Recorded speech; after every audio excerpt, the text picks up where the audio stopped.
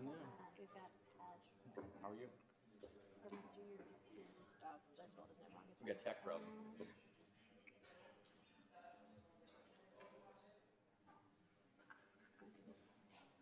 Gio.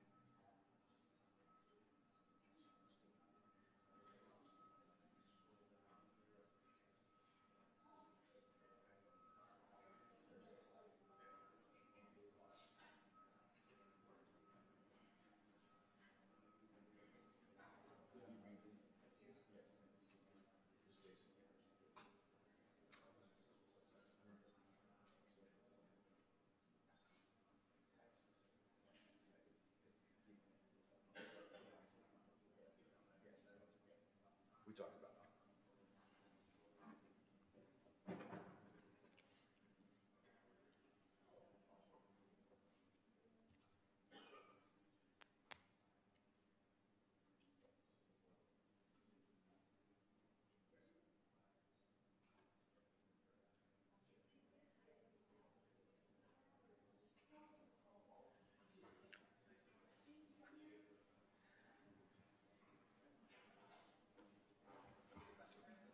Good. Good. Okay. We got the tech figured out. All right. Calling to order the Planning and Zoning Commission meeting on August 6, 2026, being held at Peoria City Hall, room 400. It is now 1:04 p.m. I want to start off by saying thank you for Mayor Ali and Councilwoman Jackson for coming today. Can we get a roll call?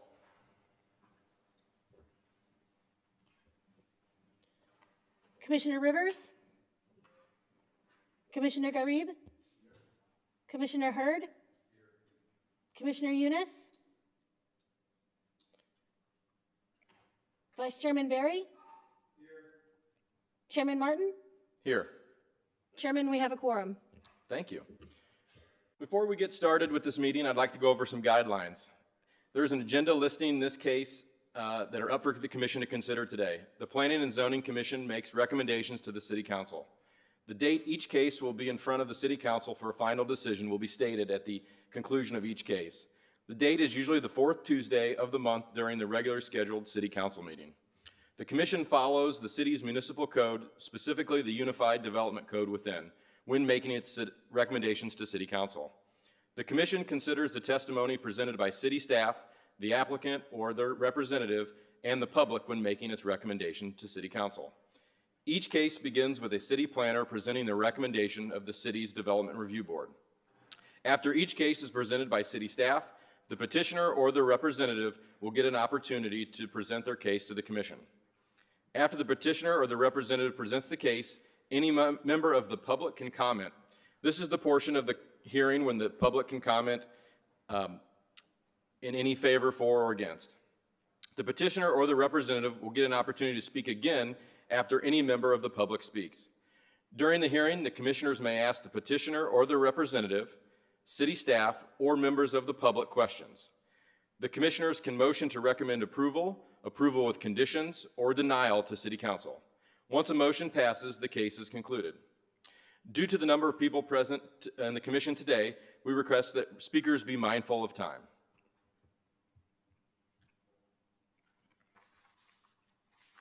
I will entertain a motion to approve last month's minutes. Any discussion? All in favor, say aye. Aye. Aye. Any opposed? Same sign. Hearing none.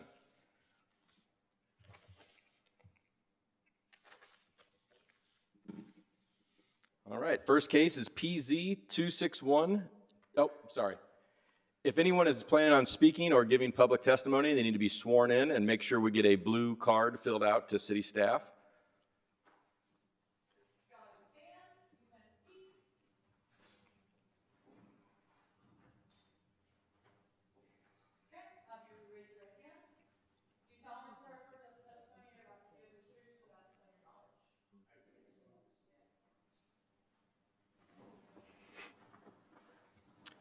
Thank you. Case PZ 261-2026.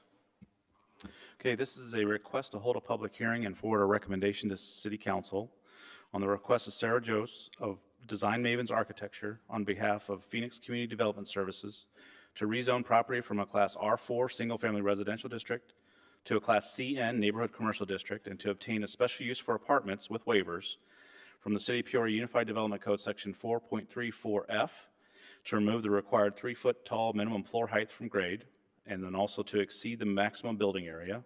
Section 4.34G to reduce the required fenestration per floor and to remove required doors. And Section 8.1.6 to reduce the minimum parking requirement in the Class CN neighborhood commercial district for the property located at 2702 West Cross Avenue, parcel identification number 1819126-010 in Peoria, Illinois, in Council District 1.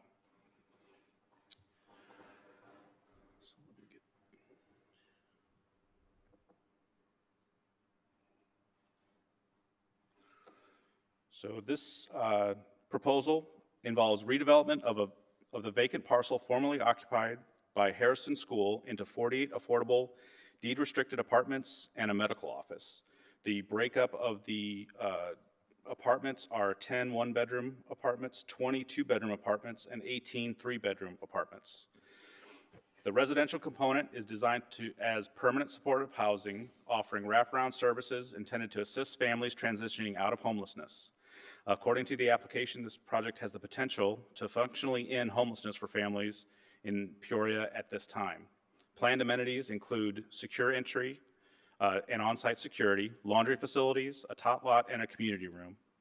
The packet certainly has additional information within the community information guide that was provided by the applicant.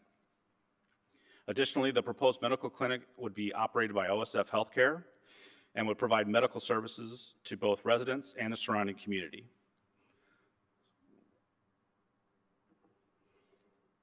The subject property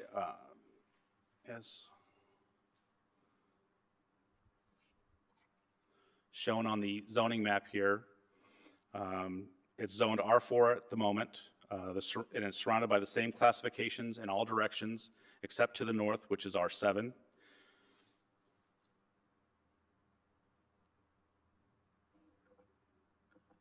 The existing site in question here, this is the 2024 aerial, so it still shows the Harrison School, which is in process of being demolished there at the back of the property. It's a 3.33 acre lot. Currently, it is vacant. There are adjacent land uses with the public school to the north and park, and then residential uses to the east, south, and west of the property. There are no noted environmental hazards on the site. For this property, again, it was the vacant Harrison School. This school was vacated in 2010 and then again demolished in 2024. So I'll go to the.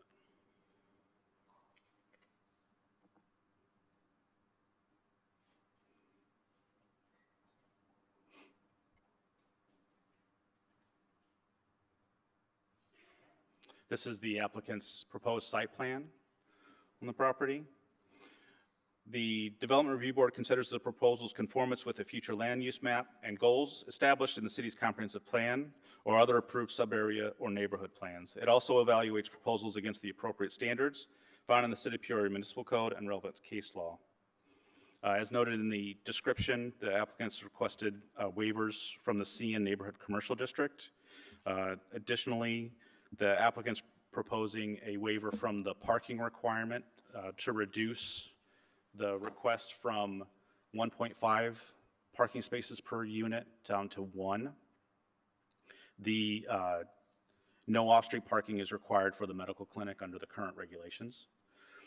The Development Review Board supports reducing the parking requirement, but it does recommend a minimum of 60 spaces, which would be a 1.25 amount per unit, rather than the applicant's proposed 48 spaces. The city will collaborate with the applicant to evaluate on-street parking options, including potential diagonal pull-in parking on Krause, since it's such a wide right-of-way.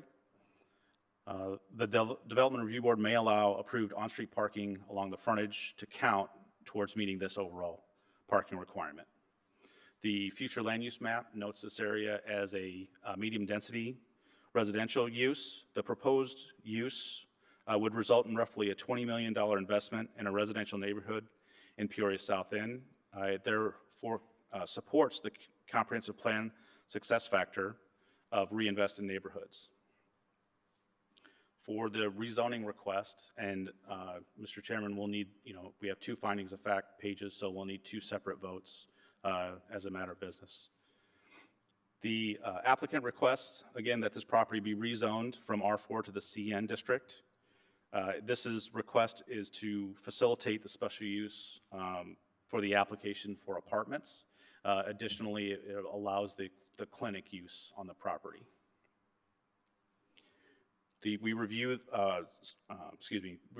rezonings through the LaSalle Sinclair evaluation process. The findings, as reviewed by the Development Review Board, have been met.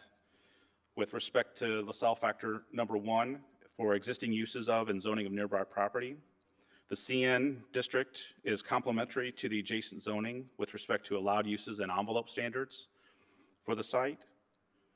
With LaSalle factor number 2, the extent at which property values are diminished by the particular zoning, we note that future proposed uses will be brought into compliance with any new development on the site. For LaSalle factor 3, the extent to which the destruction of property values of the complaining party benefits the health, safety, or general welfare of the public. We have no comment on that LaSalle factor as far as being party to this request. LaSalle factor 4, relative gain to the public as compared to the hardship imposed on the individual property owner.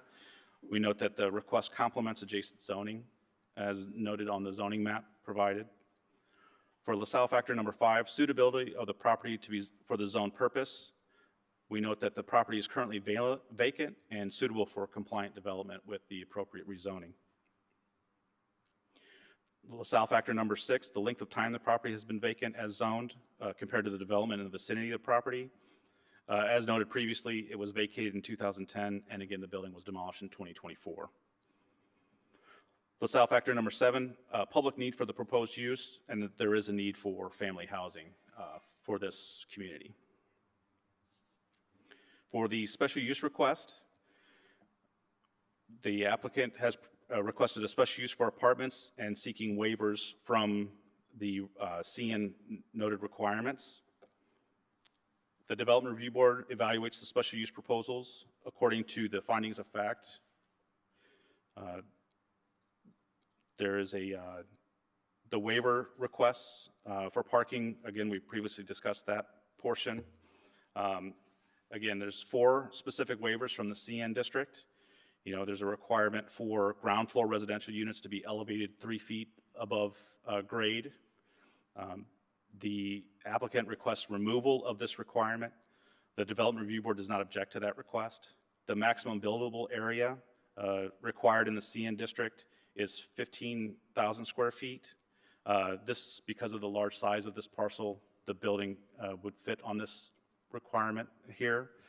The board doesn't have an objection to the request to exceed that maximum floor area requirement. Minimum ground floor fenestration. The ground floor is required to be 40% of fenestration, so doors and windows. The applicant has requested to reduce that percentage down to 26.5%, and the Development Review Board has no objection to that request. There is also an operable door requirement for every 75 feet of the facade along Krause Avenue to have an operable door. That's meant to allow additional entries into the structure and for interest for the pedestrian as well. The applicant seeks a waiver due to the security considerations as the development is designed to channel resident and visitor access through a staffed and security primary entrance. Again, the Development Review Board does not object to that request. And then I can provide any more, the elevation of the proposed facility. There's a rendering provided in the packet as well with material selections for the request. And then some floor plans to show the layout of the insides of the residential units and the ground floor common areas. The area to the right is the clinic portion. So for the recommendation, the Development Review Board recommends approval of the rezoning requests as noted for meeting the LaSalle factors. And then also, the Development Review Board recommends approval of the special use request with waivers from the City of Peoria Unified Development Code, Section 4.3.4F, again, to remove the minimum floor height, 3-foot floor height requirement, and then also to exceed the maximum buildable area, Section 4.3.4G, to reduce the required fenestration on the first floor, and then to remove required doors, and then also Section 8.1.6, to reduce the minimum parking requirement with the following conditions. Number 1, code compliant screening will be required for any utility, mechanical structures, or refuse containers. Number 2, a compliant landscaping plan shall be submitted for review of front yard and parking lot landscaping requirements. Number 3, any signs shall comply with the UDC Section 8.3. Number 4, a photometric plan shall be submitted for a compliance review with UDC Section 8.5. Number 5, deteriorated or non-ADA compliant sidewalks and curbs along the property frontage must be replaced or repaired. Improved sidewalks must comply with city standards.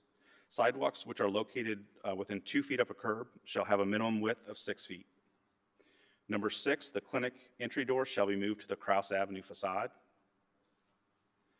Number 7, the project will include at least 60 parking spaces. The Development Review Board may allow on-street parking along the property frontage to count toward this parking requirement.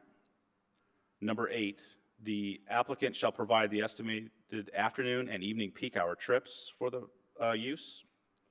Number 9, bike parking space areas shall not encroach into pedestrian travel aisles. And number 10, building permits shall be required for compliance with all city-adopted building codes before the structure may be occupied. And then we also note that in the application, or excuse me, in the packet, that there are letters of recommendation. We have 7 letters of support, and then also 1 letter of objection, and those are in your packet for the record. So with that, if there are any questions from the commission, I can answer those now. Thank you. Do we have any questions for city staff?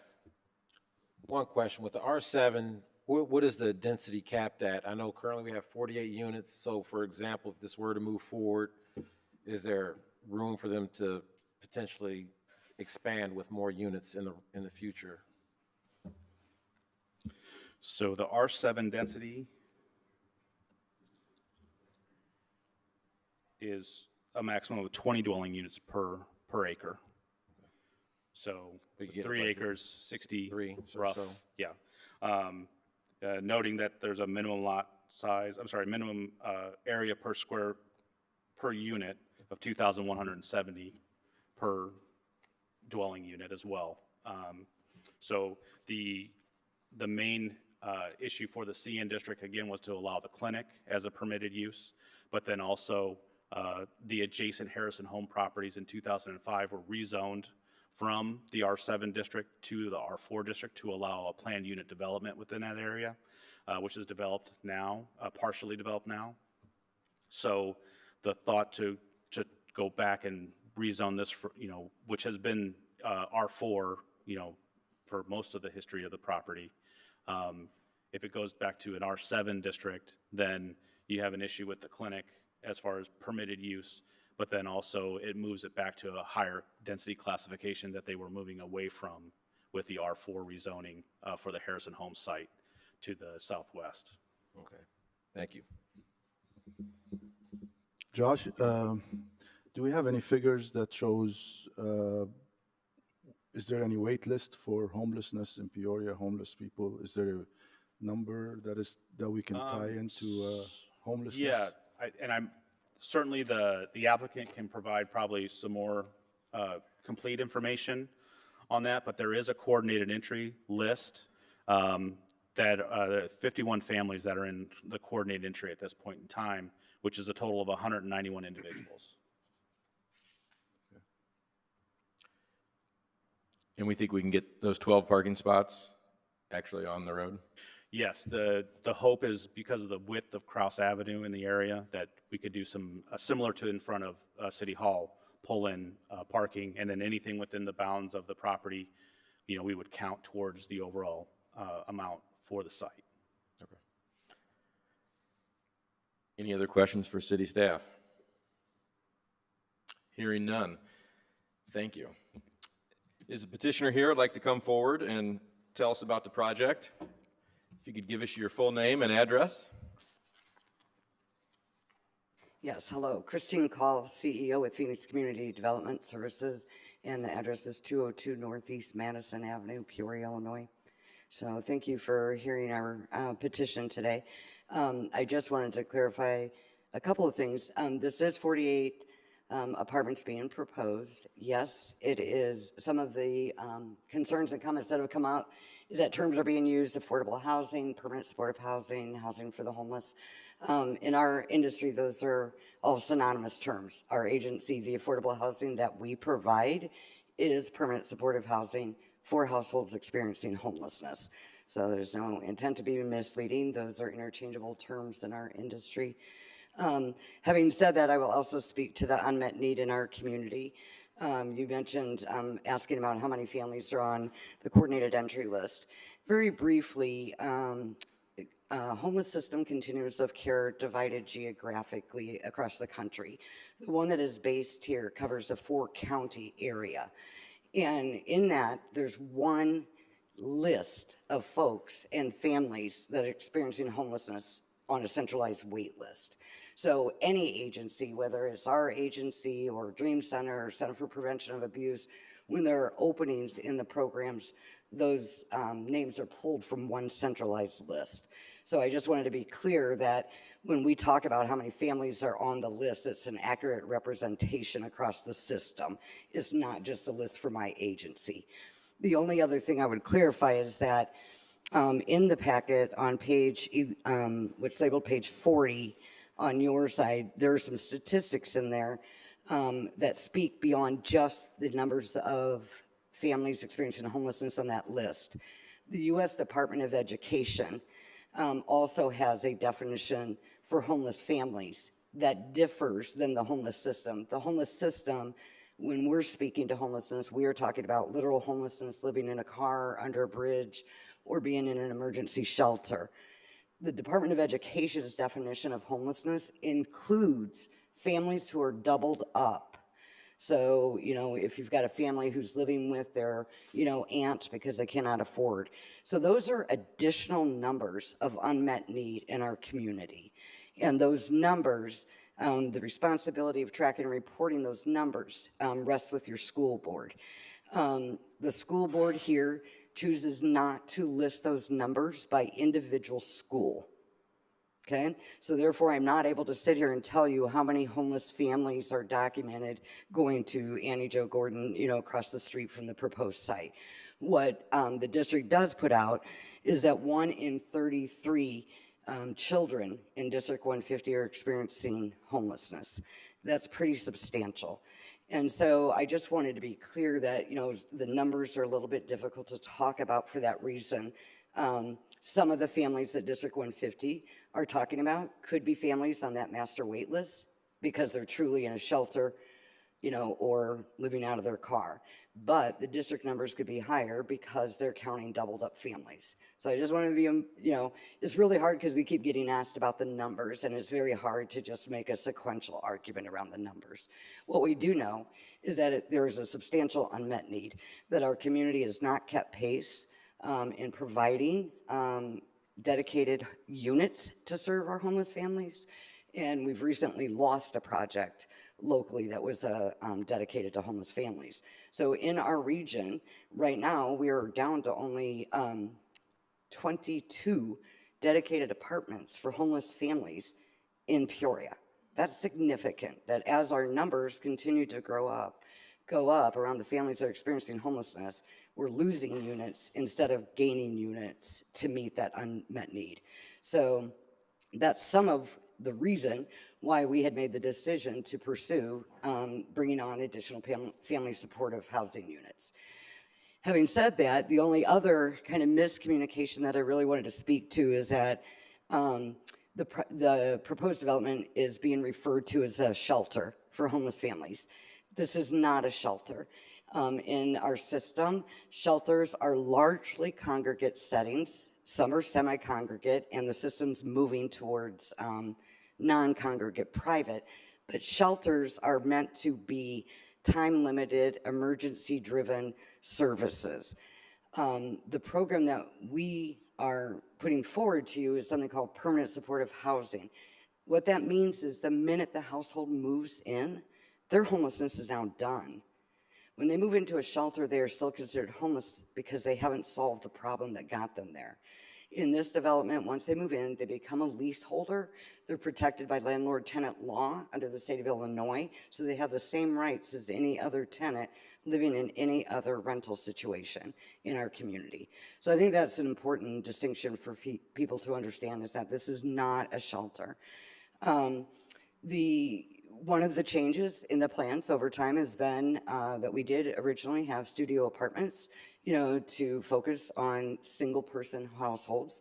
That was one of the things through the planning discussions that was removed, so that this project is specifically focusing on families. Yes, there are one-bedroom apartments. Yes, a single person can live in a one-bedroom apartment.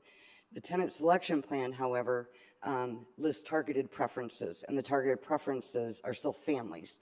So we cannot move to accepting single-person households until we've exhausted the unmet need for family households coming into the property. And under HUD occupancy standards, the typical composition in a one-bedroom household is either a two-parenting household or a single-parent household with one child. So that's who the one-bedroom apartments are intended under the preferences to target. The reason, and so some people say, why do you even have one-bedroom apartments then? They're still the fit size of the property that we're building on. There's still the fit density, you know, the limit on the density requirements. So the unit configuration is specifically built, yes, to meet what we're limited with by the size of the property, with as many 2 and 3 bedroom units as we were able to fit into the property. If we could fit all 3 bedroom apartments, that's what we would be doing. So we can't. So that's why the configuration is in order to maximize the number of units that we can make available to households experiencing homelessness. I think that's kind of the main things that I wanted to touch on because they seem to be some of the biggest touch points of concern. Are there specific questions the commission has for me? Or if you have technical questions, our architect and our design engineer are also here and present, and so is our attorney. Okay, thank you. Give us just a second here. Do you guys have any questions for? Mr. Chairman. Madam Petitioner, it's my understanding that New Hope Apartments is sitting vacant, and yet it's also my understanding that that was designed for individuals, and so that could not satisfy any of this family need that you are discussing. That's correct. Okay. Those are all studio apartments, maximum size on any one apartment. I think the biggest apartment in there is 380 square feet. So thank you for the question. Commission, any more questions for the petitioner? I have one quick question. Were you fine with the conditions that the city laid out in terms of getting their approval? I think they had, what 6, 7, 10 recommendations on there Yes. from staff. Those are, okay. Yes, we are. Thank you. Any other questions? Have you reached out to surrounding community and neighbors in the area to discuss this besides? We have attended the meetings that have been held by Councilwoman Jackson and made ourselves available, but no, we have not convened a meeting. We've developed the community information packet, which is what the city recommended and asked that we do. And so that's included in this packet.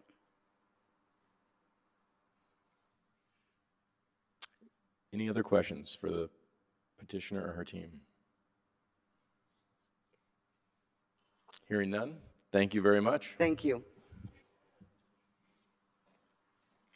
Next, just a little housekeeping. There was a few people that walked in after everyone was sworn in. If you plan on giving testimony, we'll need you to be sworn in.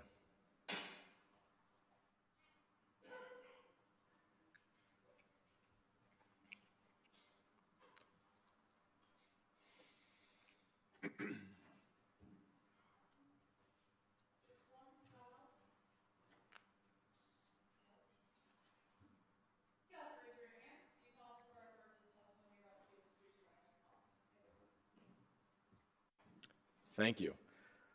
Okay, with that, we will start public comment.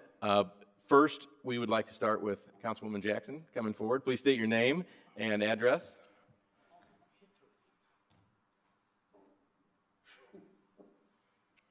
I'm sorry if I have to stand. I have a bad hip. That's fine, that's fine.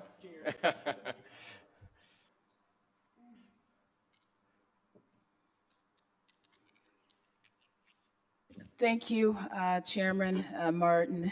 Thank you, Planning and Zoning Board, for the opportunity to come before you and share some long-standing concerns I've had. I appreciate the question about whether or not anybody had been out talking to the public. I've been down to the Harrison Homes. I've been all around that neighborhood over the last 3 weeks talking to people about this project. Your responsibility as the Planning and Zoning Board requires that you give the greatest amount of attention and due diligence before making decisions on important projects, especially ones of this magnitude. And I'm concerned about everything, but today I really want to talk a little bit about the planning aspect because I think that is where we have to start first before we go to zoning. There are 4 redevelopment plans for Southside revitalization. And the 2 most recent, this one here is called Choice Neighborhoods. It was completed in December 2025. You all have copies of this? Have you read it? Okay, and then another one, redeveloping McKinley and Harrison school sites. That was put out in March of 2023 by the counselors of real estate who came to Peoria, spent a week on the South Side, walking around, and there are some wonderful recommendations as well as action items and deadlines that have come and that have expired for the city, that have not been met, that need to be addressed. And so these redevelopment plans, as I said, have been put in place. None of them include a recommendation for housing for homeless people. Not one that I've read. I've combed through all 4 of these. Not one is recommending housing for homeless population. And I'm not opposed to it at all. Not opposed to it at all. We as the city council have to find a solution for that problem. And this is not it. In my opinion, this whole proposal of putting a housing complex for homeless people in a severely economically depressed neighborhood that has gotten national distinction of being poverty-stricken is a recipe for disaster. You're putting poor people on top of poor people. For the last few years, I have expressed concerns about public safety, infrastructure in and around that area, which has not been addressed. Mr. Jerry Williams is here today. I didn't expect him. He lives in that neighborhood, and he has had one of his legs amputated, and he lives on a block that does not have sidewalks. And this man gets out in his wheelchair and crosses Laramie to catch the bus. So we have some significant public safety issues in that neighborhood. There are areas in that neighborhood where street lights don't work, alley lights don't work, curbing is just virtually impossible. And so I just want to read some information from the Economic Innovation Group. And they did some studies, and it's contained in this report.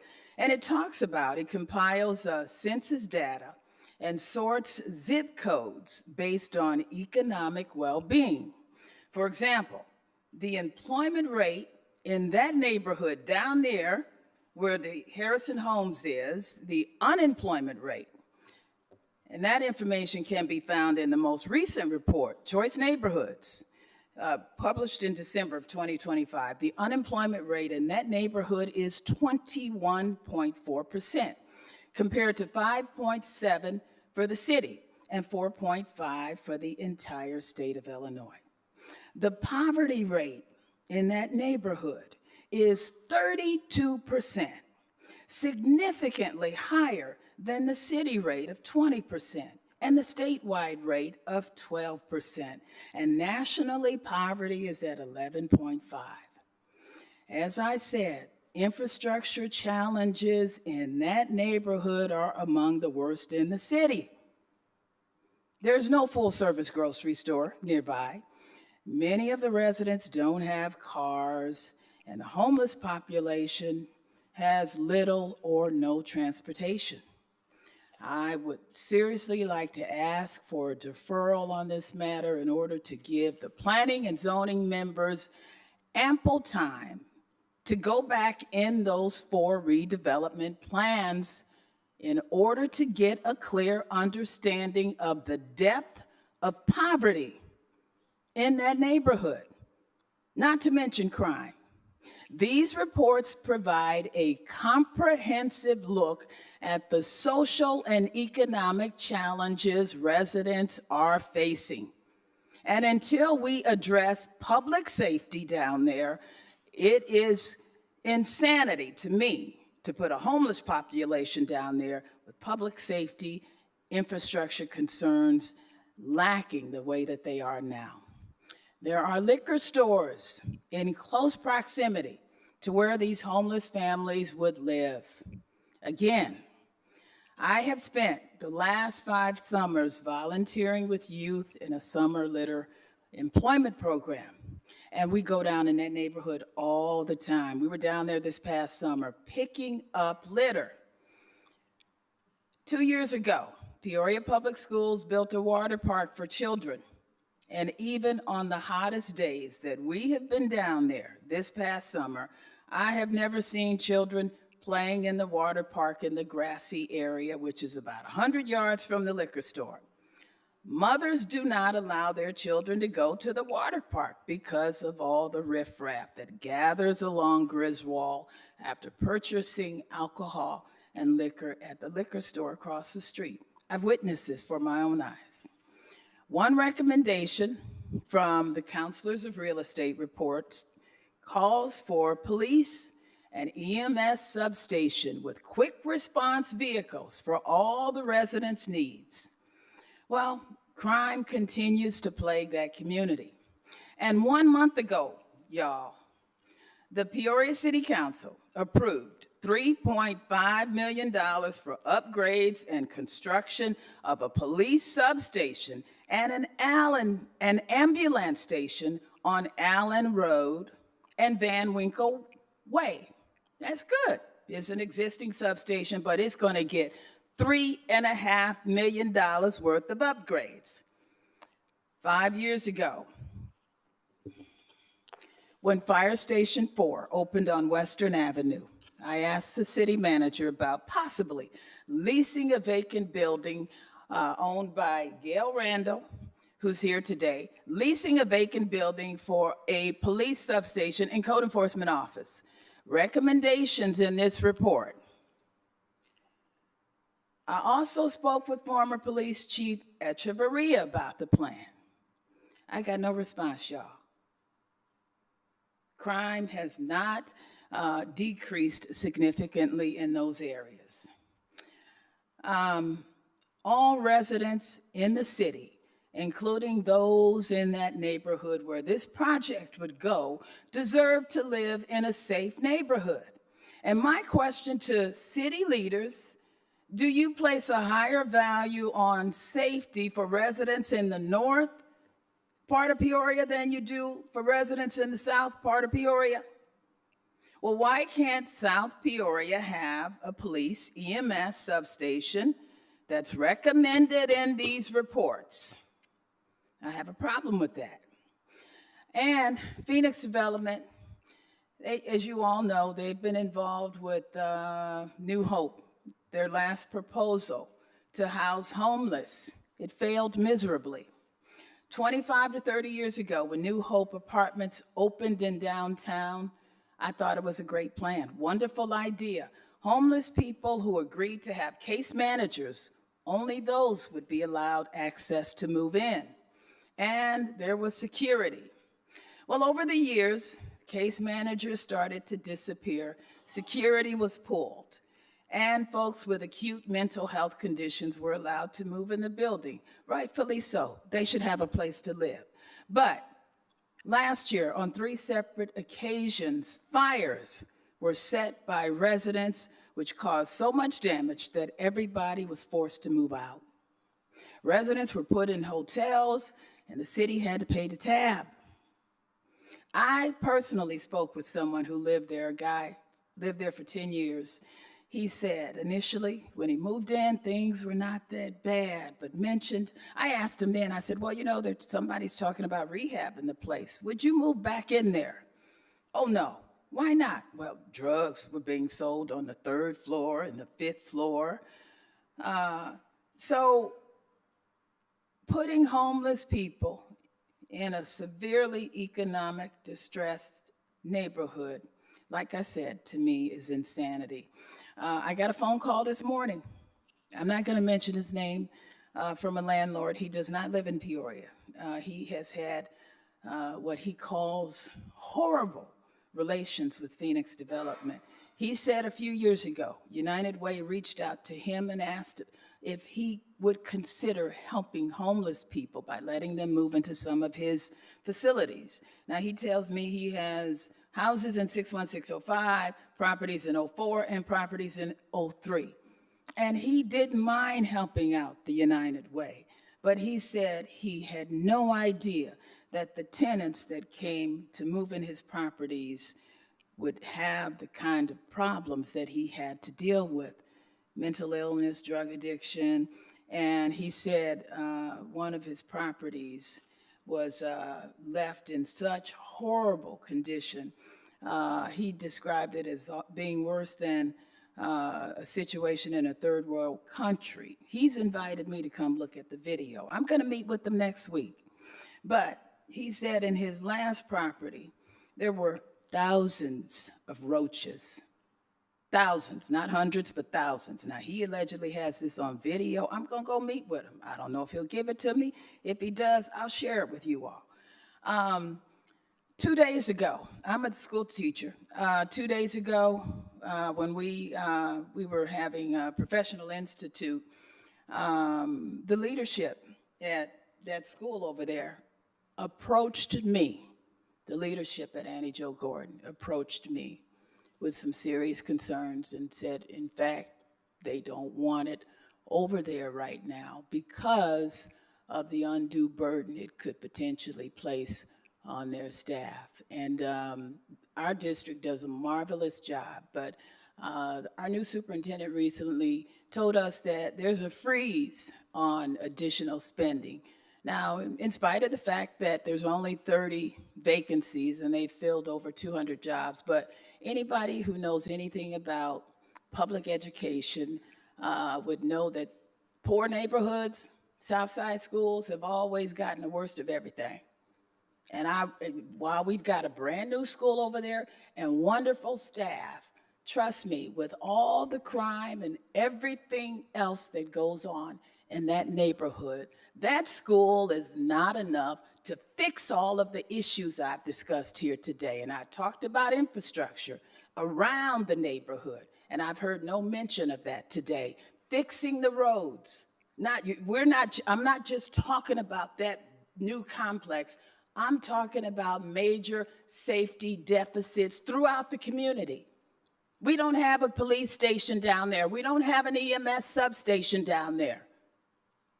And I asked for one 5 years ago. That neighborhood is in no position to sustain a project like this. It's insanity. Thank you very much.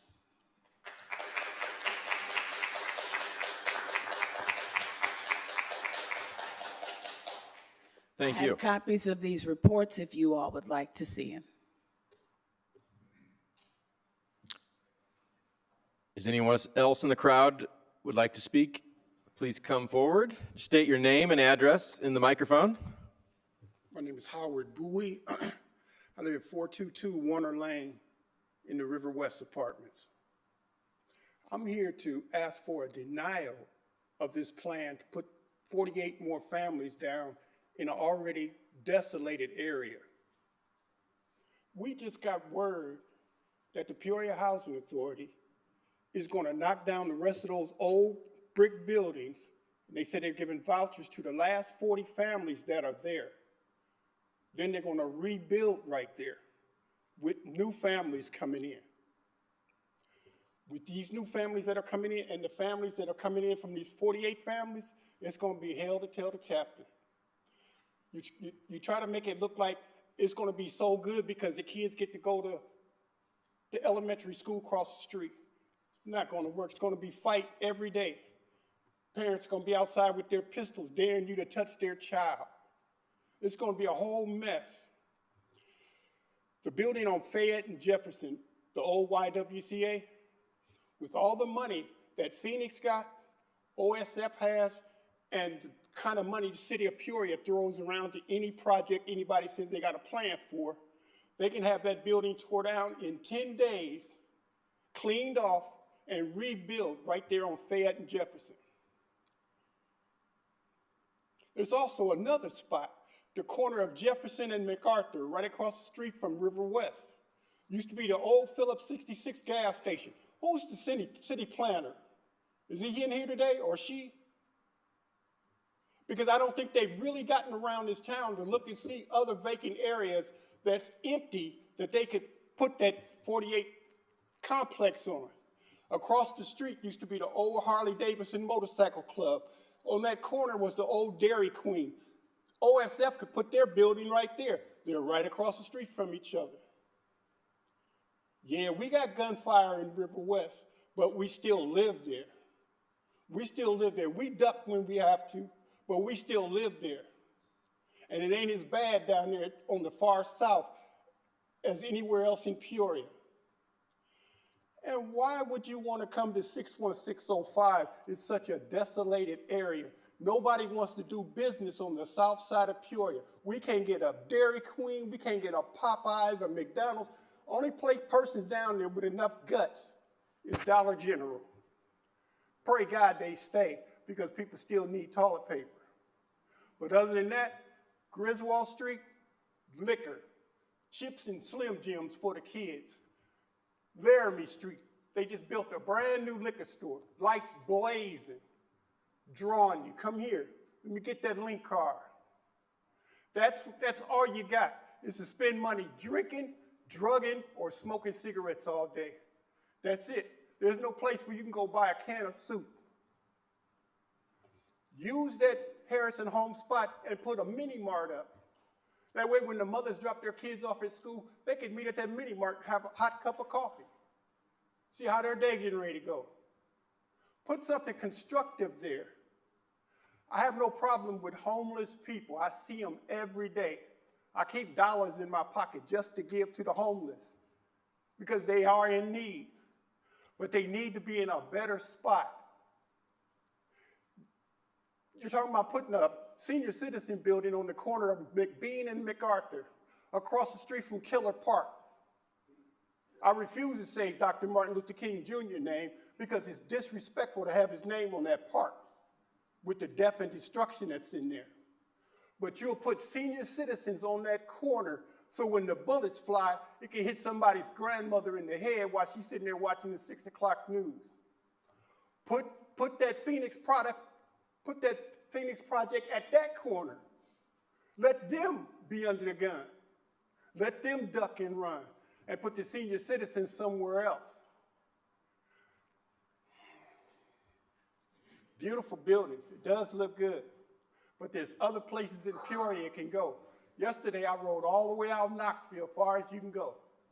Unclaimed freight looking good, everything. Kroger's, everything looking good out there. Put it out there. Because them people would come in here and blow this room up if you thought about putting them people out there.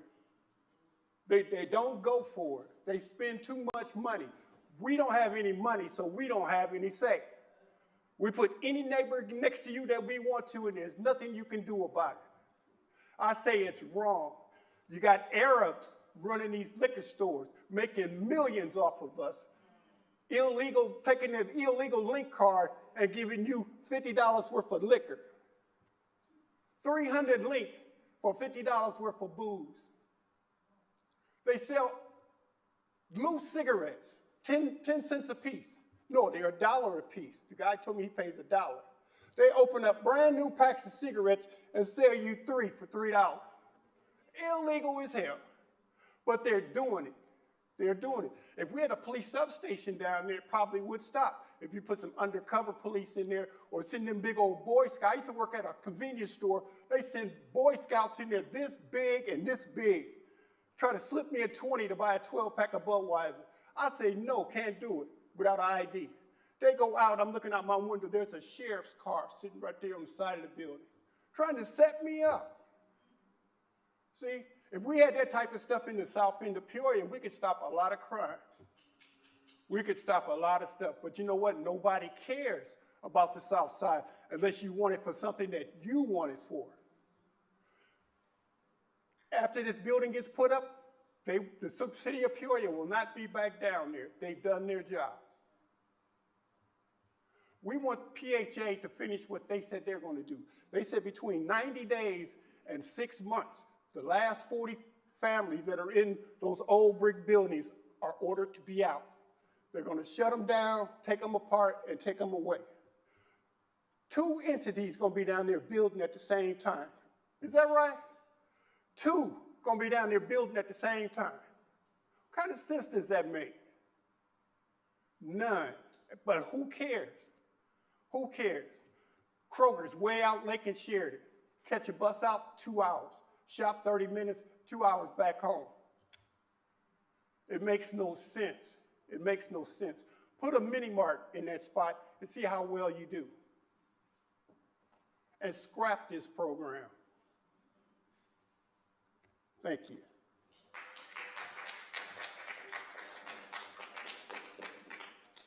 No. Thank you.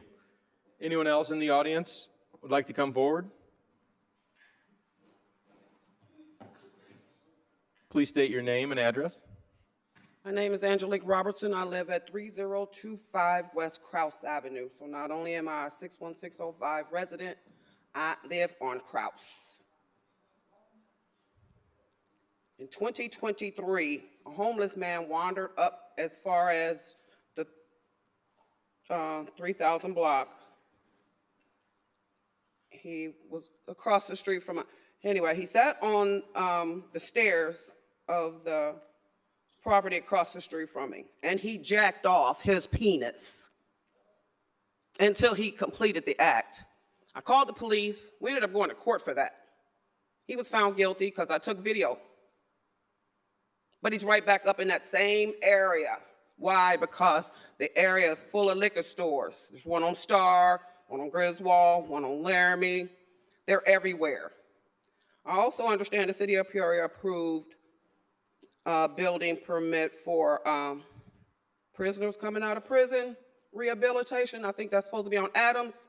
So you're just gonna load us up with everything that you don't want? Also, there's mob action going on the south side. There's 2 schools on the south side in the same area you wanna put this housing. If a person has been homeless and they have been rehabilitated, they should be prepared and ready to move in any residential housing. If they have special needs, they should be in a special area. That's all I have to say. Thank you. Thank you. Please state your name and address. My name's Antonio Lipscomb. I live at 2809 West Norwood. And I want to thank you all for this opportunity.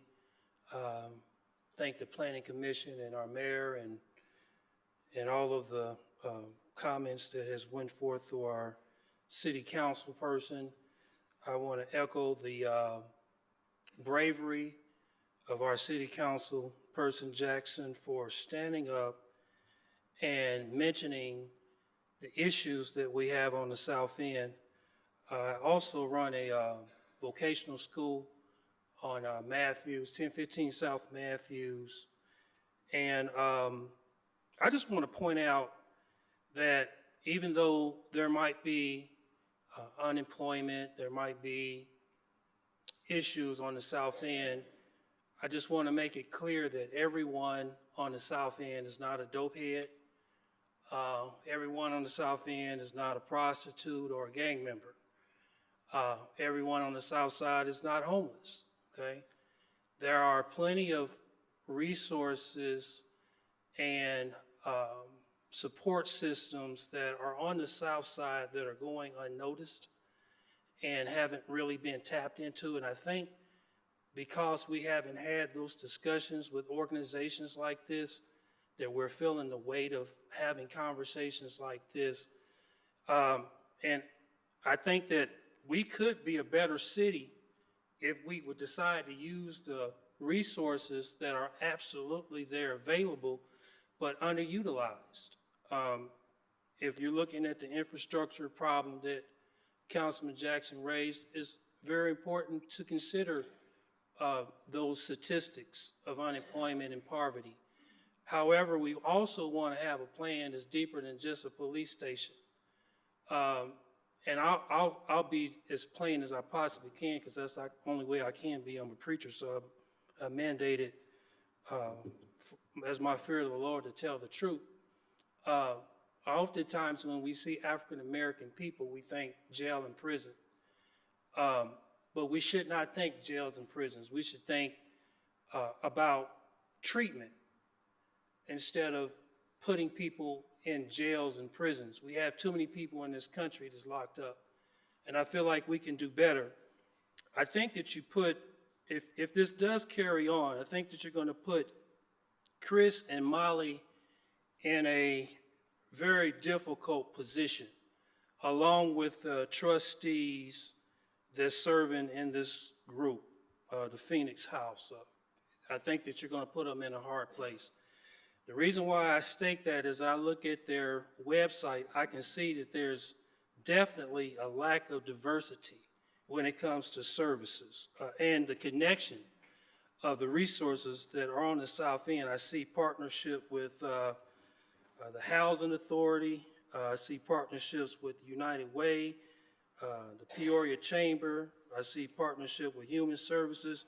But none of those organizations reflect the level of investment that are resources that are on the South Side.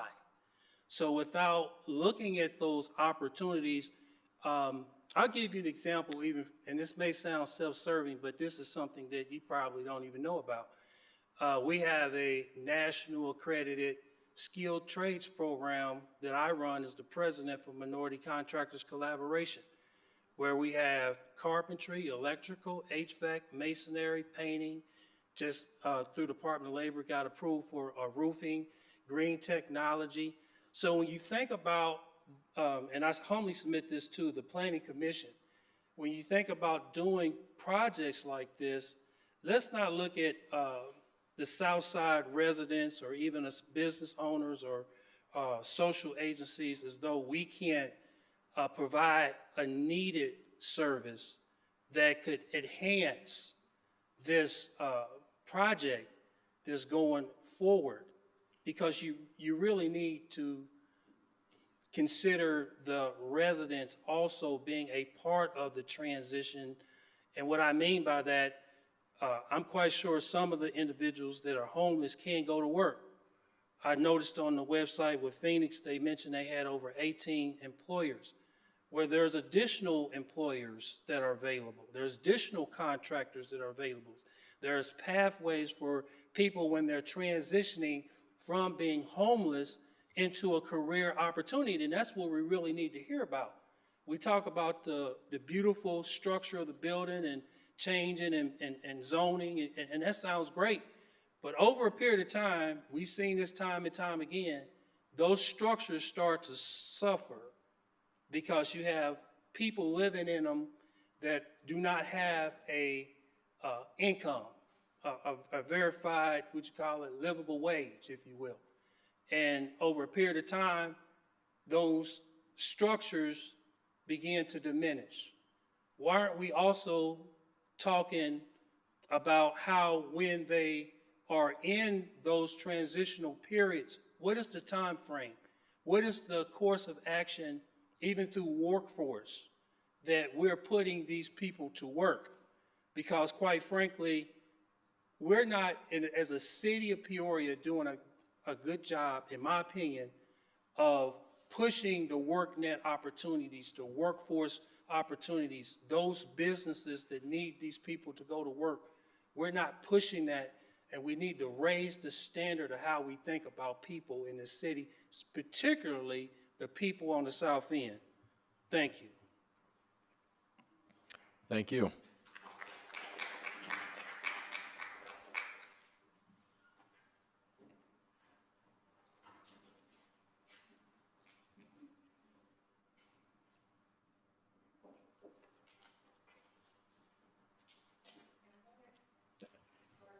I think he's coming. Yeah. That gentleman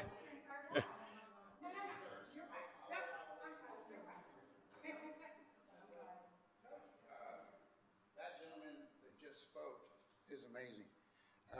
What he Please has state your done in name. Please state your name and an address, please. Chris Collins, 321 East Mulberry.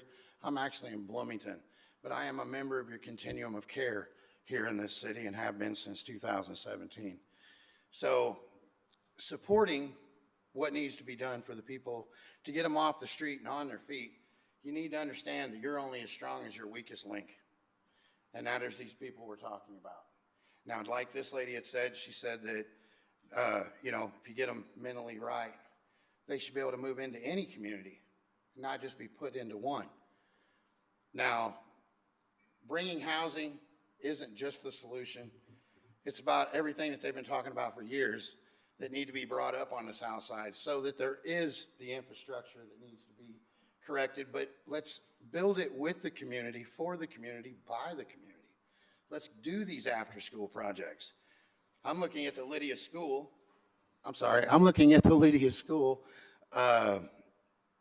to do a grow, to grow food, for food security, so you don't have to go to Kroger. Also, we want to be able to cook the food. That's culinary arts programs. That's teaching people that don't know how to cook even at home now, how to be able to be self-sufficient and sustainable without going to that grocery store and spending, and even the link on the liquor and everything else that I've heard. Because it's all true, it's everywhere, and it is happening. The difference is do we continue to let it happen? My organization's called HOPE, Housing Our People Everywhere. I actually make 2 feet of building material per second. Steel framing, by the way, what that man said he was teaching people. And I built the greenest built home in America in 2011. I built it out of recycled cars from Hurricane Katrina. I built it in the middle of the woods with cordless screw guns with 5 people that never touched the material in their life. And it was deemed the best built home in the city by every building inspector in Bloomington, Illinois. So it is over there. 1204 South Clayton is the address. I'll get in there real good on that one if you want to hear it. But the thing is it was done and nobody paid attention. So it comes down to, are we listening? Are we being heard? And are we going to answer the problems that have been addressed, need to be addressed at the same time with all of this other? There's no reason not to build these apartments. There's reason to build all the rest of this as well. There's no reason why we can't do all of it. I did tell you I make commercial material and we want to put it in the residential market. But if I teach the children and the people of the community how to build these homes, they won't burn them because they can't, but they won't tear them down because they have pride in them because they built them. It's time for people to realize that peace on earth is in the palm of your hand, and every palm on earth is pink. So we don't want to ever talk about the discrimination of what ethnicities are in where. We're the human race. We're human beings, but we're not all being human. And it's time for us to realize that we are humans on planet Earth. That's hope. That's you. You are created by creators to create. And right now there's some creations happening here, but it's time to initiate. Let's just start and solve some problems. I do thank you. Thank you.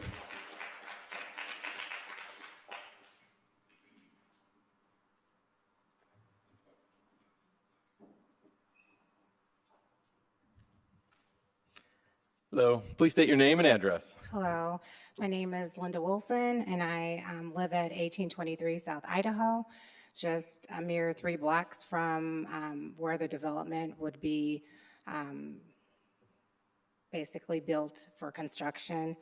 A couple of things about me. One is I'm a teacher by trade. I also recruit aspiring teachers. My husband and I and my family have lived at our home for about 20 years, and I'm a lifelong resident of the south end of Peoria. My concern is just not about helping families. My concern is basically how this has been rolled out. If you walk up and down our street and talk to all of our neighbors, they were not engaged in this process. They weren't really even notified about it. It wasn't until, the information was released to me, I reached out to council people and also our mayor, and we had conversations about it. I realized that there is a timeline, right? Funds have to be spent in terms of having new construction. It's just not a good fit for our neighborhood or our community. Just like all the rest of the folks that have come up and talked about, we've got liquor stores and we've got vulnerable people that would be living here in this development, that would need to shop for food, would need adequate transportation. For years, the south end of Peoria, our residents have been ignored. We've been promised certain things, especially around election time sometimes. Oh, okay, we're gonna get this, we're gonna get that, and then it just doesn't happen. I think that, if you really wanna have, this is in my opinion, the new idea of redlining, right? All of the low to no income folks have to be pushed in a certain area of the city, and look at how that turned out for years and years. And, you know, we're thinking about the right here and right now, but I beg you to think about what is going to happen 10 years from now, 20 years from now, when we don't know the state of how much money we're going to be able to afford for a case manager, because I think there's a promise for a lot of supports, but we know that money comes and it goes, and the intentions are there. I believe everyone that has spoken about this, whether they're for or against it, definitely has good intentions about, you know, investing in the south end of Peoria for whatever reason, repopulating, reinvestment, but it needs to be done the right way so that it is sustainable, right? Like, for years and years, we've thrown things up and then we've walked away, just like the other gentleman has said. And when I just heard about the parking that's going to be on the street, being mindful that there is a school that is across the street, right? And so those kids don't have a lot of buses. They'll be walking across the street to their homes. Also thinking about the capacity that Peoria Public Schools may have to think about in terms of having more classrooms that would serve kids with mental or developmental disabilities and engaging them in meaningful conversations. I just think that this development could go in a different place. I encourage folks to look into the land bank. There's lots of land that you could utilize for this project that would be a good fit for the folks that would actually be living in these spaces. And where are those people, right? Like, are those people here to advocate for themselves and say, hey, we want this, we need this? No, it's a lot of community organizations and community organization leads that are here for whatever reason that are advocating for this. And you also want to question, like, a $26 million project on the south end of Peoria, 40, I don't know, I'm not a mathematician, but 47 units. Anybody doing the math about that? My home doesn't cost that much, but you're going to pay that much for each unit? Not to say people don't deserve nice things, because I feel like I deserve nice things. I deserve to have a grocery store I can go to instead of having to go to Kroger or West Peoria to Haddad's. So I just want to, I don't want to say that there's anything nefarious about any of this, but you just wonder why, you know, this project is being chosen for this site for so much money, because people have cared so much about our end of town. So I would love and encourage you to pull back on this and really engage with residents. I'm always able to talk to people and think about how this will have not only an immediate effect, but a long-term effect on not just our community, our neighborhood, but the city all over. Thank you. Thank you.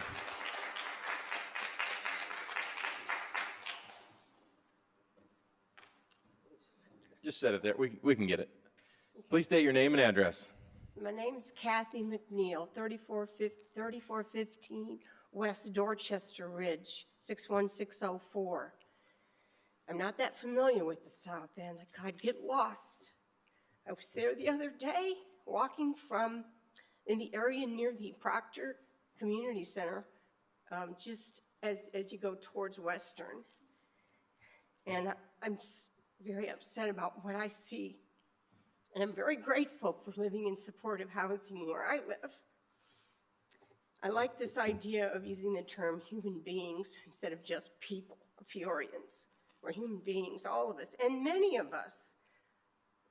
We love Peoria, and many of us love where we live. We would like everybody to be happy, but yeah, let's be fair. So when I was walking that neighborhood, I couldn't even believe people actually live in this house. I'm going up these front steps that I could easily fall anybody could, but as an older person, of course, would be more dangerous for them. But, and then also I noticed some of the homes, I was afraid to even take my door hanging canvassing piece of cardboard up the steps near that house because of the bees, 2-inch long bees in some of these, on some of these neighborhoods. Maybe no one lives in that house, but still. And so speaking of insects, I was going to mention that if the Peoria Housing Authority was actually doing the job that we would expect of them, if those homes were kept up, maintained, cleaned, rid of pests, you know, maybe then you wouldn't have to kick people out. Or maybe those people wouldn't be suffering so badly and have to move out because of the mold that they would get sick from. I mean, I went to a Peoria Housing Authority meeting for the first time and heard some of what people had to say. And boy, am I grateful I don't live in that, in one of those Peoria houses. I live in a HUD apartment that through United Way for persons with disabilities or persons who are older, elderly. And I'd sure like to see other people live as nice and comfortable as I do. But yeah, if the supportive housings that we have, maybe if they were addressed, the problems there, including safety and what the streets and the sidewalks and the lights and all that. I mean, there's cameras where I live. I mean, I feel lucky. And I also feel like that's almost probably a better idea than just having a human being with a gun watching. I mean, I'm not sure if that's better, but it's another idea. I wasn't really prepared, but listening to what other people had to say and having experienced only one section of what's called the South End, the oldest neighborhood, people there that, you know, they deserve to have the best, if you ask me. But so the idea of your project, it sounds great, but I think someone said supportive housing needs to be distributed better than just one area, and I don't know what's wrong with that. Some gentleman shaking his head here. I don't know that much about it, but I know that I believe in fairness, so.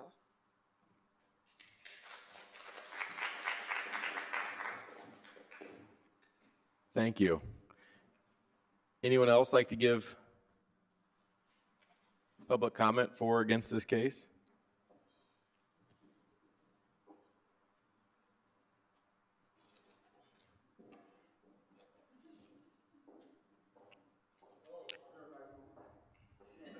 Doing all right?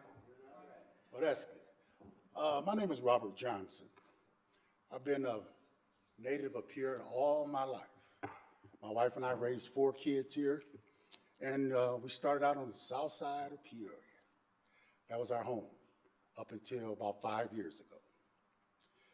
I grew up in the Harrison homes myself. I did, not my family. My parents at that time, they're both deceased.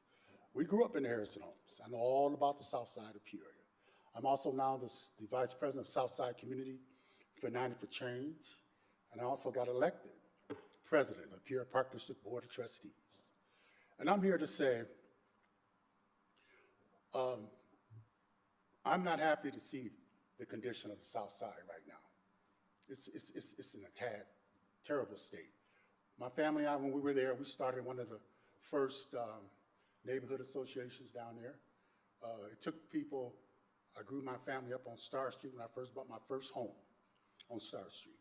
It took 45 to 50 minutes to get a police officer to come down to our home or to that area for service at that time in the 80s, early 80s.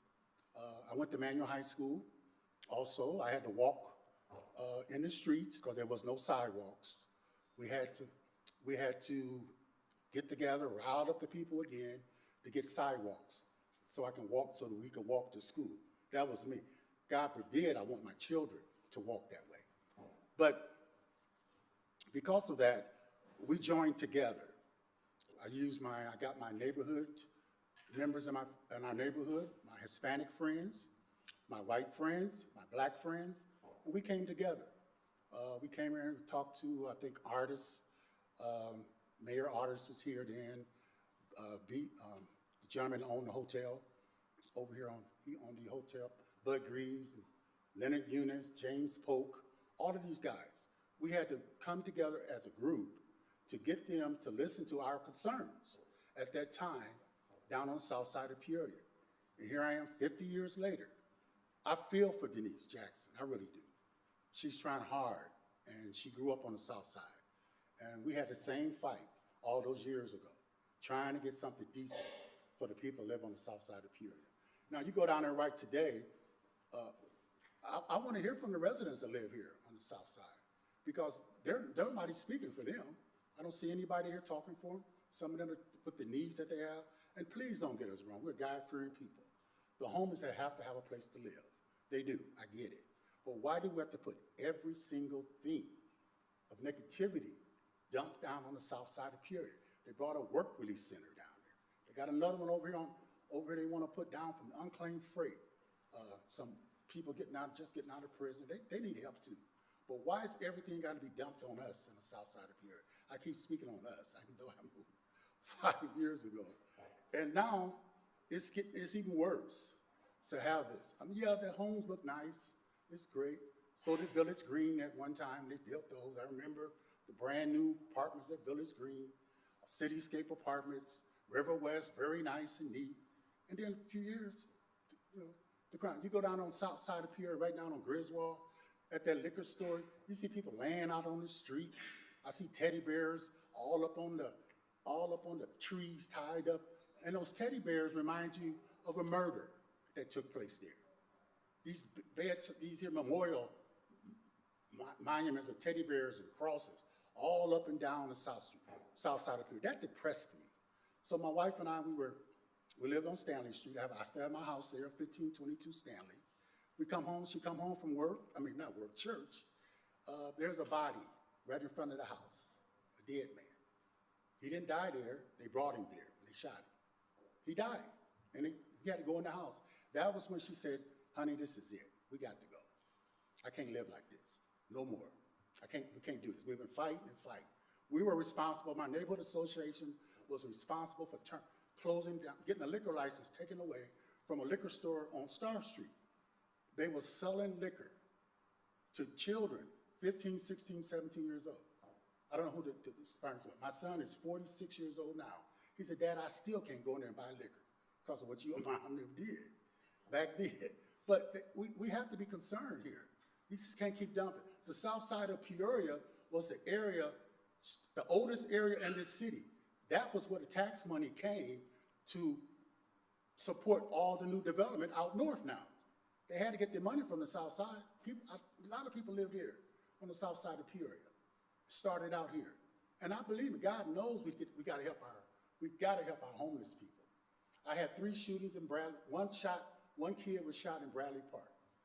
I had 2 shootings at the park over at the stadium. Memorial Day weekend, I had a shooting at Glen Oak Park. That's what got me so upset with these shootings. And then the kids still want to continue on to have a party. Keep on going, even though a person murdered.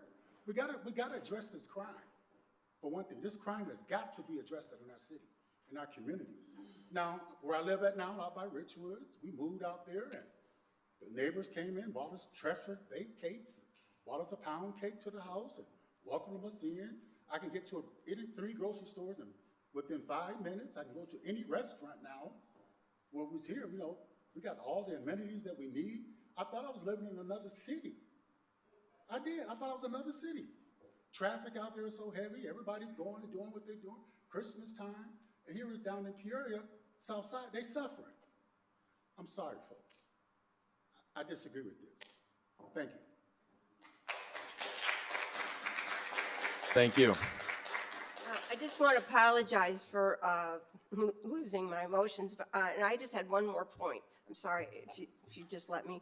I wondered how much communication is done from city inspectors to Peoria Housing Authority to city zoning and planning, how much do y'all communicate with one another? Because I'm kind of curious about, if someone gets a violation, how and when are they corrected?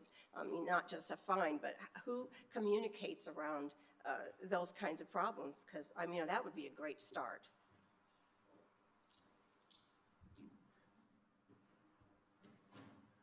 Thank you to both of you. Anyone else? Please state your name and address. My name is Reverend Irene Lewis Wembley, 3018 West Marquette Street. I'm a resident of Southside Community. I am also the planter and director of Southside Community Center, and the chair of our Southside Strong Neighborhood Association is also here. It's been interesting moving to Southside and moving to Peoria and really getting to take a bird's eye view from the outside. I don't live here, I'm not from here, so I have that unique perspective of a relocator. In Community Development Principles, CCDA, Lawndale, Chicago is kind of the home, the hub of CCDA, where these principles and people all over the world using principles to redevelop communities. Our tagline at Southside Community Center is transforming community one relationship at a time. And that's what I do. I build relationships strategically with some of the most marginalized people in our community. The ones who show up in the statistics have names. The guys drinking on the south side on Griswold's, their names are Bull, and DeMarcus, Damaris. They're my friends. They're not a problem. They have problems. If we don't build relationship with folks, how are they ever going to have opportunity to transform their lives? I don't look like anything I've been through. I've been homeless 5 times, married to an addict. I've lost everything I own 3 times. In storage, having to walk away from everything. I'm now a homeowner. I've gotten my degrees. I'm working on my doctorate. And I could have very easily chosen to move to the other side of town and forget about those people. I've made a choice on purpose to move to the south side, a single mom with 2 kids. One has graduated from Peoria Public Schools in the D-squared program, the first cohort. The other one attends and is working on her master's at University of Iowa. The other one attends Eureka and is a senior this year. Because of the investment in the south side, their lives were changed. We came from Sterling, Illinois, mostly 90% white. It was a culture shock for them. And they've gone through the process to understand and how to learn to love our neighbors and to understand folks who are in situations that they don't understand.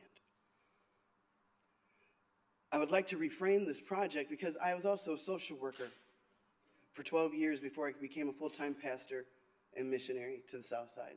Pekin First Church of the Nazarene, I'm on staff there. I am their missionary to the south side. So I am representing not just people of the south side families, at least 120 families that we come in contact with on the south side residents. We focus strategically on the south side. We get lists of names and families from the school social worker who need us the most. And we created programs, parent support and education and youth and development, leadership development on purpose for the kids who normally get kicked out of everything because they have so much complex trauma. I would challenge our community to look at this as a reset button, an opportunity to do something differently. Because this is not about CRE's community development plan that was created in the 61615 in offices talking about people in the 61605, and we were not invited.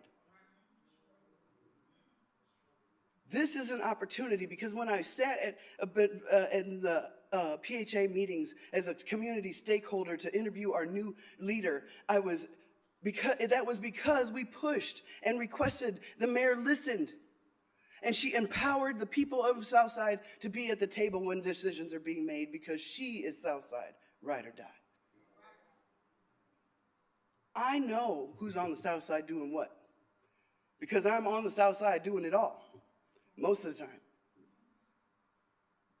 We have a Juneteenth celebration because we deserve to have that. We are uniquely connected to Galveston, and nobody really knows that. This is an opportunity to hit a reset button, that we can have a story that tells the truth, that we can honor the emotions. The emotions that are here are definitely deserved. And thank you for listening to them, because that is part of the healing process. When we address the healing process from truth-telling, lament, confession, that we can walk away today with a common narrative, at least start a space for a common narrative that, yep, we've not done it right. The red line map that sits in my office, that sits on the stage at Southside Community Center, even congressmen have never seen Peoria's Southside Community, or Peoria's red line map. If you've never seen it, come visit us, 1618 South Laramie. Pastor Irene wants to challenge everybody to open their eyes and take a look inside and get the big picture. The miseducation of the Negro, the miseducation of all of us, we all are tainted by the effects of racism and racial injustice in so many ways. Instead of looking at the CRE, look at the one that the PCCO in the city did right before the mayor went from city council to mayor. That 2018 project had, I know, because I helped collect at least 100 of those surveys, had our voice in it. And I heard the council commend it and say it would never go on a shelf. And then COVID hit. I called that one forth. And I also called the social determinants of health study, the health department, that tells you that every single social determinant of health has housing in it. If we don't have a safe place to live and you're living hand to mouth, of course you're going to turn to crime. I have been that person, that desperate. What would you do to feed your family? How long would you let your stomach growl before you break into somebody's car and just at least check to see if the door was unlocked, maybe they had some change in there? The desperation can be prevented by just providing housing. It is 50 families at best. Southside Community Center is ready to collaborate with anybody to help meet those needs. And I was invited, after being at the PHA meeting, I was invited to the city council, and when this came to them, right when it came to them. And I was assured, and it is in writing, that both OSF and Phoenix be advised to be transparent and bring the community along every single decision. No longer do things in your offices, because proximity matters. You're making decisions about things that if you are not close to Bull, if you're not close to them, they're not the ones going in that housing. I know where Bull lives.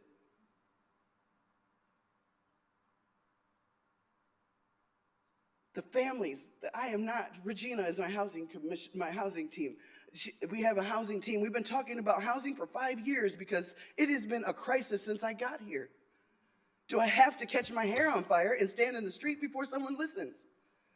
This project has nothing to do with community redevelopment. This has everything to do, however, with a baseline of humanity for people that I have to send to the homeless shelter because they're living in places that nobody should live in. And their landlords are doing them dirty. And there's people that don't even live here ruining the property values, and we don't have anything in place to stop them. Selling people houses on a rent-to-own that you know dang good and well they can't possibly fix up. That's why they're going. And we're tearing down houses using HUD tax credits to tear down houses but not build anything. And you wonder why we have so many people. The families are not standing on the corners. They're sleeping in their cars. They're sleeping on Maymay's couch. There's 4 families in one house. That one family per room in a 4-bedroom house, in a 4-room house.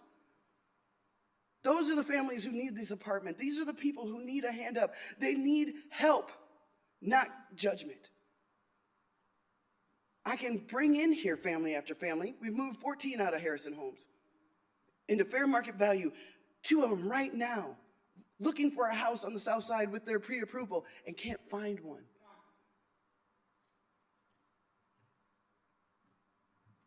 I don't have a problem with this program.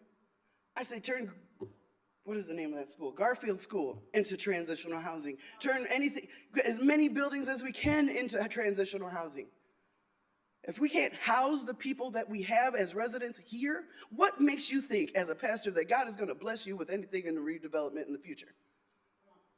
If we can't be good stewards of what the people, the souls that we have been given now, what makes you think that there is going to be any kind of advancement and blessing for this community? I love this community. I'm not from here, but I love it. And I found people who have grew up in Southside, left, got a new perspective, and came back. CCGA calls them returners.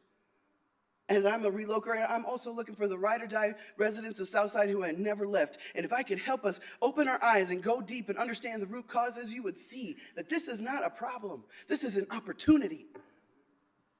And that this could be a catalyst for so many more conversations. So maybe now we'll get some more. Regina has a sidewalk. We can forget that good things are happening, that Southside Community Center exists, that METEC took 11 people of our people through first-time homeowner training last year. Yes. And that Pastor Irene was able to fundraise to get enough money to pay for it. Yes. And now they're looking for houses and doing the work. Where is their reward? Where is their house? They got to move away from their community and do the exact same thing that the redevelopment of the Southtown Project and urban renewal did, scattered us, a community, a tight-knit community, scattered us to the winds and wondered why we can't survive, because we're not built like this. The Global South is community-oriented, Ubuntu. I am because you are. If I'm eating, you eating. That's the spirit of Southside. That's the spirit, the environment that those families, those who get an opportunity to go into permanently affordable housing, they won't be there long if they're hanging around with Pastor Irene. They'll be too on their pathway of hope, moving to a place that they can help somebody else get connected and grow and serve. Because that's what everybody does at Southside. You get connected, and it won't be too long before Pastor Irene's got you doing something you didn't ask to do. And yep, I'm bringing a whole bunch of white folks, all my friends, black and brown, together to do this work. Because it matters. Optics matter. And to create a dividing wall about housing homeless people is unbiblical. And you won't ever hear me say it's okay not to do this project, but I will demand that you do it right, empower, and listen to the people. I've been told, Chris, that you were going to listen to us. I will host the community meetings, that every single person here gets to be a part of the design of this building before it gets planned. Be a part of it, because if it's poorly planned, you hang around Pastor Irene, you'll hear me say, plan to execute the plan. And I'm always assessing, is it a planning issue or is it an execution issue? You can't possibly execute correctly if you do not have a good foundational plan. So to close, I challenge you to think about the community that you're serving. And most of the people, I suspect, I haven't seen the census, but most of the people in the homeless shelters come from the zip code 61605. We're not bringing in homeless people. We are bringing people home. And they're my neighbors and my friends and the people that Regina and I mourn for because we weren't able to get them housed, no matter how hard we tried. Join the conversations every first and third Saturdays at Southside Community Center at 10:30. Southside Strong Neighborhood Association. We're not going to stop talking about housing because we need more done. There's so much work for everybody to do.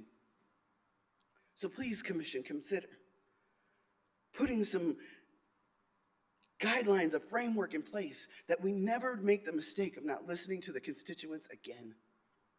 And that whatever happens on the South Side came out from a partnership and a collaboration with all the community partners and stakeholders as the principles that are proven over and over again. It works if you work it. That is all. Thank you.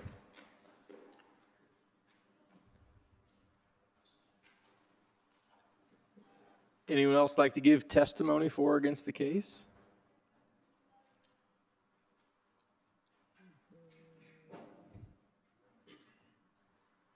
Please state your name and address. Yes, good afternoon. My name is Alex Sierra. My permanent address is 3032 West Siebold, 2 blocks up from the Harrison Home site. I live currently downtown, of course, And then my family really stretches all throughout the South Side, growing up on Stanley Street, growing up on Humboldt and Griswold, and also growing up on Malone and Griswold as well. You know, preparing for today's committee meeting, I realized that the discussion before the group is vast. And I think that what we can all agree on, actually, let me take a step back. I also serve the South Side as the Southern District trustee for the Peoria Park District. I've been an elected official for 5 years. I think we all can agree that housing is a fundamental need. As Pastor Irene has discussed in her remarks, housing is a core part of the 12 social determinants of health to guarantee a strong quality of life. But in order for the quality of life to be even stronger, you have to have community buy-in to what that quality of life is and what the desired outcomes are. And so my remarks are not in opposition of a housing development. As the most recent Director of Resident Services and Community Initiatives at the Peoria Housing Authority, where over 90% of the housing portfolio resides in the southern part of the city of Peoria, you'll never hear me advocate against housing. But you will hear me advocate for community input, community dialogue, community buy-in, and community interaction. The truth of the matter is that the community found out about this development after the development had already significantly been in process. The larger community, and there was a subset of the community that had known to some extent that this development was going on. Those facts aren't to point fingers. It's to acknowledge that community development has a process to satisfy and meet the need of every stakeholder that should be a part of the process of community development. The need currently is to hear the community. There's a lot of information going on around this project, and ultimately, the city has an opportunity with its partner stakeholders to pass correct information along and to make sure that residents are informed to the best of their ability so they can feel more comfortable with this development and other developments moving forward. One thing that I pride myself on the most as a trustee of the Park District is 1 year after being appointed to the Park Board, one thing that our entire board had agreed upon is to revitalize the process of community development projects. So we undertook a policy adoption that ensured that before the Park District moved forward with any development, whether that is solely public development or a collaboration of public and private development, we always started with the community.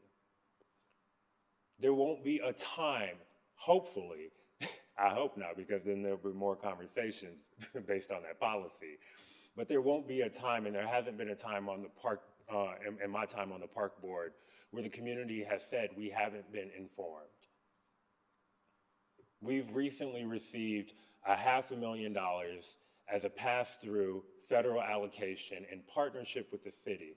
And guess what we said? We're going to start with the community. We immediately go to the residents and stakeholders most directly in neighboring the Martin Luther King Park.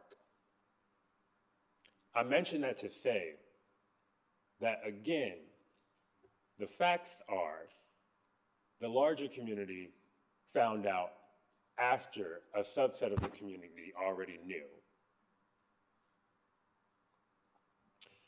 And so if the question before this committee is to move forward a recommendation for an automatic approval at the next regular council meeting or soon thereafter, then I'd urge the committee to pause.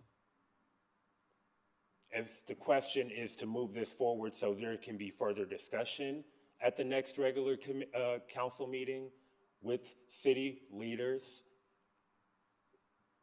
then I say that there's some opportunity here. But I urge this committee and the city not to move forward without the most important stakeholder a part of a community development process, which are the residents. I'll end on this. Emotions are high. That's what happens with politics. The city of Peoria, this committee, has an opportunity to lessen the emotions, move forward with facts and information sharing, and do right by the people that power this government, which are the people. Thank you. Thank you. Anyone else in the audience would like to give testimony for or against this case? Seeing none, would the petitioner like to come back up and put any last words? Are you good? Okay. I appreciate all the input today. This is what it's about, right? We get to listen to everybody, and this is where it's done, right? This is the planning and zoning. So everybody up here, we truly like to listen, and it helps us understand where everyone's coming from. So I think we'll just.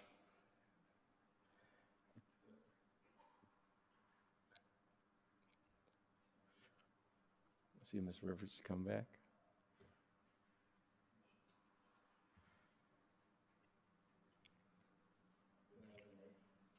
Hold on one second. Just want to make sure everybody's here for it. So, and just keep in mind, this is not an automatic thing to City Council. This is just our recommendation. It still goes to City Council to be potentially discussed. We are solely basing it on whether or not it fits the parameters for the reclassification or the special use. So, saying that, this portion of the case is closed. Do we have findings and facts? Oh, sorry, we do, Mr. Chairman. Thank you. The commission reviewed the requested rezoning, and after this is for the rezoning first and then the special use next. The commission reviewed the requested rezoning, and after considering the standards of the Peoria Unified Development Code for a rezoning, and found there would be either no negative or negative impact on the following items. 1, existing uses of property within the general area of the property in question. I will say no negative impact. 2, the zoning classification of property within the general area of the property in question. I will say no negative impact. 3, the suitability of the property in question to the uses permitted under the existing zoning classification. I will say no negative impact. 4, the trend of development, if any, in the general area of the property in question, including changes to land use or prior amendments to the zoning district regulations, thereby altering conditions for use and development of property. I would say no negative impact. 5, the suitability of the property for the use or uses proposed by the pro-offered amendment. I would say no negative impact. 6, the investigation of other suitable ways of accomplishing the proposed purpose of the amendatory petition. I would say no negative impact. Number 7, the health, safety, and general welfare of the city in the general and immediate area of the property subject to the amendment in particular. There, I would consider the possibility of some negative impact, but obviously all commissioners will have a chance to weigh in when I'm done here. 8, the enjoyment of property by neighbors for its intended use, no negative impact. 9, that granting the amendment is consistent with the purposes and intent of this development code. I would say no negative impact. And 10, that granting the amendment is consistent with the purpose and intent of the adopted plans. There, I believe I would say negative impact because it's not where they're asking for amendments and changes. This is just for the rezoning commission? This is just for the rezoning. Any discussions on the findings and facts for the rezoning?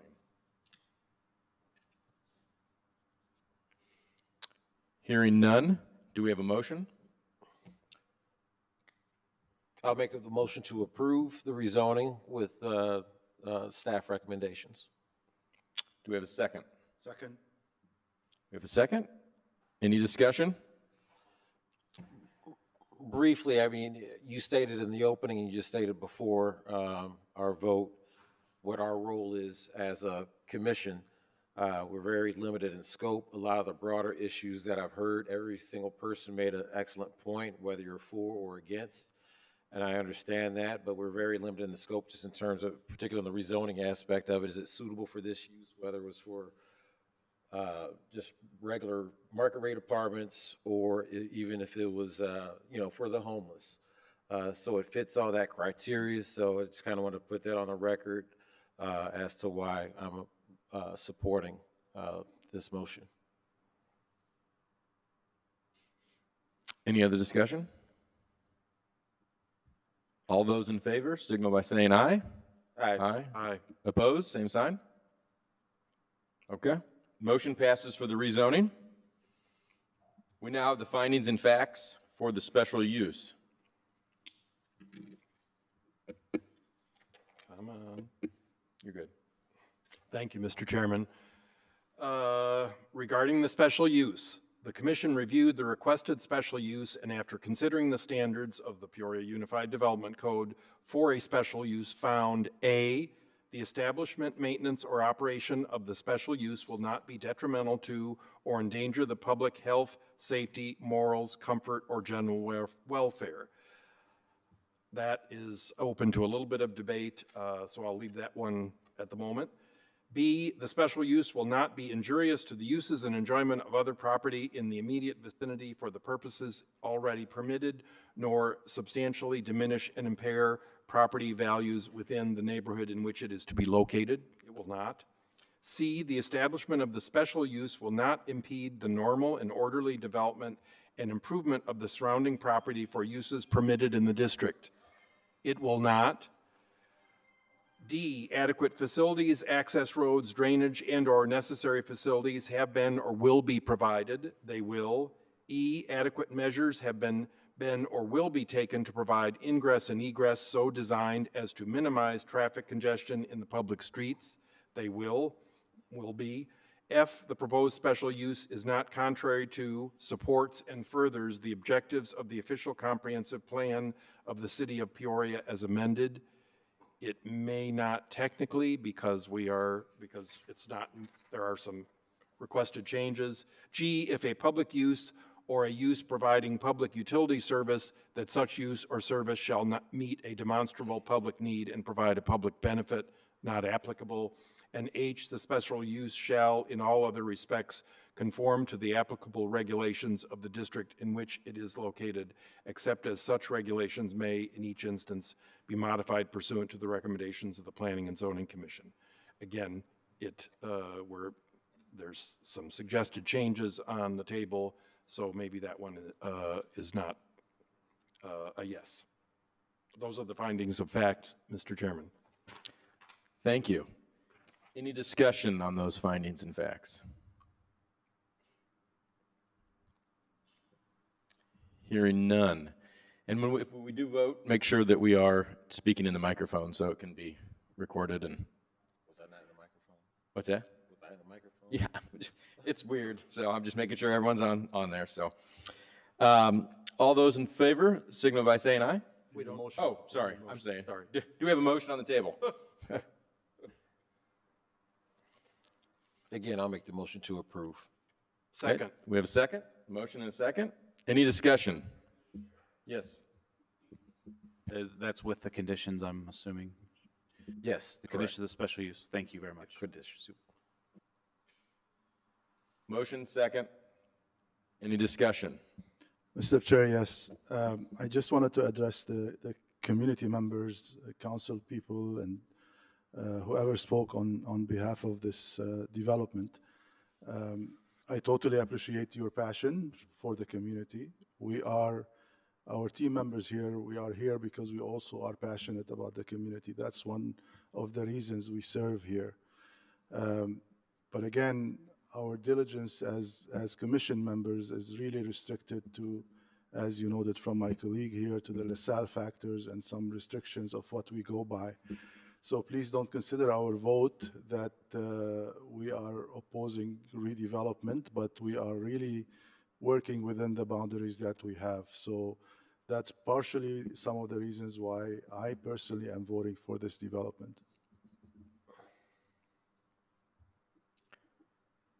And something I want to add to it is, we always encourage up here that, any of the petitioners, when the community comes out to hear and speak like this, is that, you're making that call and try to get them involved because they are the people that live around there and they do want to be heard. And I think it's very important. So. And I would say also, just in addition, we know that this project is designed to help people, to help the homeless. We don't know who these homeless people are, what their backgrounds are. They all could 100% be law-abiding citizens who have fallen on hard times for a variety of particular reasons. Some may have more checkered past. We don't know who they are. They might potentially uplift the neighborhood. Some may not. We don't know who that is. So we have to look at it with an open mind, and hopefully whether this project moves forward or not, if it happens in other districts in the future, you have to have an open mind to all those things too, as much as humanly possible.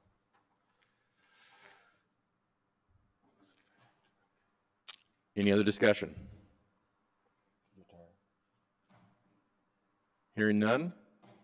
All those in favor, signal by saying aye. Aye. Opposed? Same sign. Motion passes. It will go in front of City Council on August 25th. August 11th, Oh, not the fourth Tuesday? not the fourth Tuesday. It's scheduled for August 11th. August 11th. In the meantime, I urge communication on this and see if we can come get some happier people. No, you can't.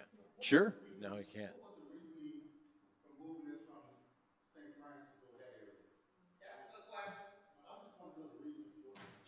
That's something for us, Brandon. Public comments after.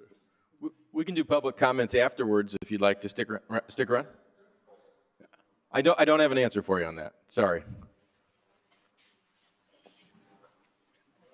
We've got a few things we got to do to move on to the next thing. Hold on. Gotta give the citizens opportunities if somebody wants to address the commission for whatever.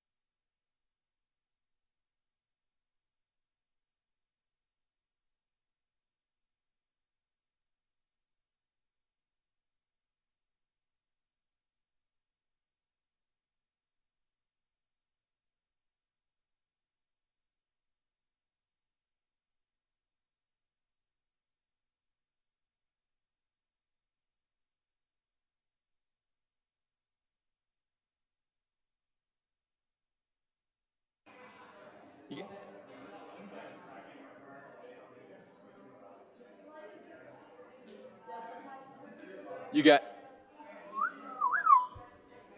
hey, guys. Hey, we still have to finish the meeting, so if you guys could, greatly appreciate it.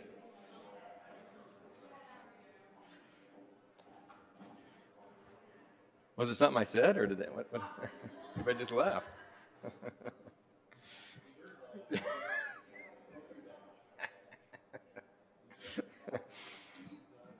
Yeah.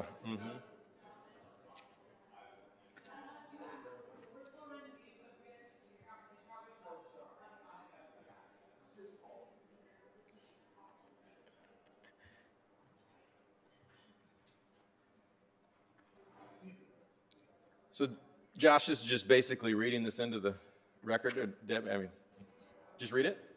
Yes. A public meeting of the City of Peoria regarding the proposed First Amendment to the Northwoods Mall Tax Increment Financing, also known as TIF District, is to be held at 6 p.m. on Wednesday, August 19th, 2026 at Holy Family School, located at 2329 West Reservoir Boulevard, Peoria, Illinois.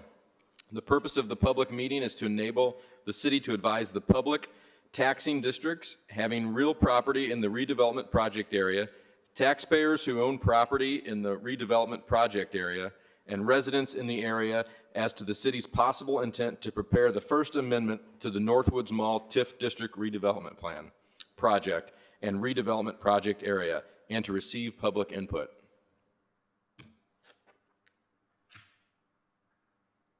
Would anyone from the audience like to give?